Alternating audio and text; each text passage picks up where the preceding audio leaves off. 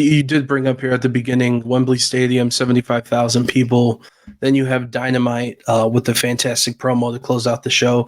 Then you main event All Out, which ends with a standing ovation of over 10,000 people in Chicago. When I look at your AEW career specifically, was that the proudest week, in your opinion, for you? Sure. And I also think it was a very special week for AEW. And I had my match against Pac at Revolution 2020, right before the world shut down. Started to get a little momentum, and that was the first time people saw me wrestle, I think. And then to be in Chicago, doing that with Jon Moxley, I think it's very important for wrestling fans now, especially AEW fans who appreciate the professional wrestling of art, can see a person like me go through growth and go through changes, right?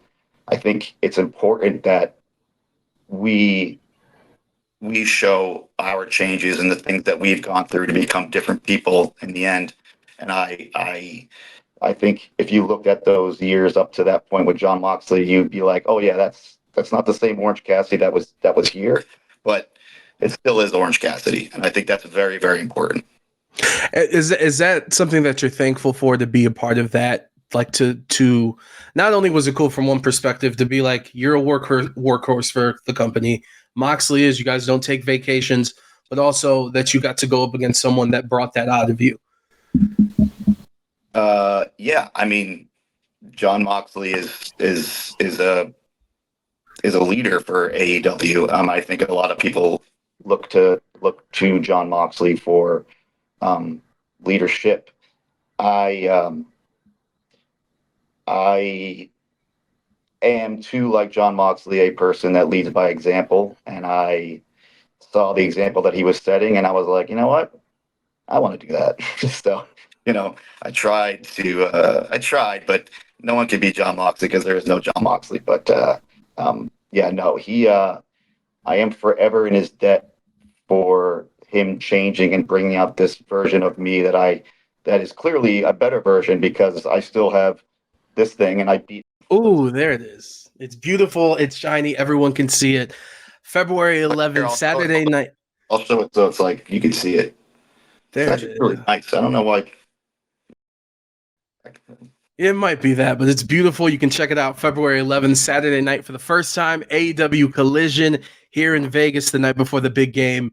To wrap up kind of all my questions of going down memory lane, pardon me, that's been the theme of the interview with the 5 years of AEW. I know that you've spoken about how the Bucks kind of vouched for you and brought you into the company. And of course, you can look at Kenny, you can look at Cody, and a few of these other guys that were with you building this company.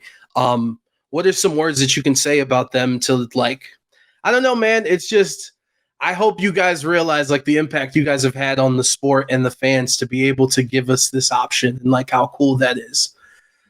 Yeah, I owe it all to them. Like I said, this place is truly different.